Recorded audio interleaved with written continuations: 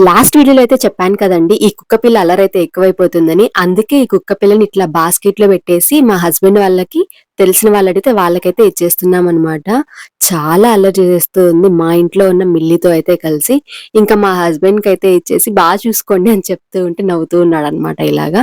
Finally దీన్నైతే ఇంక పంపించేసాము. దీన్ని పంపించిన తర్వాత ఇంకొక స్టోరీ జరిగిందండి. అదేంటంటే మా మిల్లీ బాగా డల్ అయిపోయింది. దాని మీద బెంగతో ఇలా అయిపోయిందో అర్థం కాలేదు. లేదంటే దీనికేమన్నా ఫీవర్ అట్లా వచ్చిందో ఏమో అర్థం కాలేదు. డల్ అయిపోయి ఇట్లాగా మా అమ్మ దగ్గరికి, మా హస్బెండ్ దగ్గరికి ఇలా వెళ్ళింది. ఇంకెందుకులే అని చెప్పి మళ్ళీ నెక్స్ట్ డే ఆ చిన్న కుక్క పిల్లనైతే తీసుకొనొచ్చేసామనమాట. దాని మీద ఏమైనా బెంగతో ఇలా అయిపోయిందా అనేసి.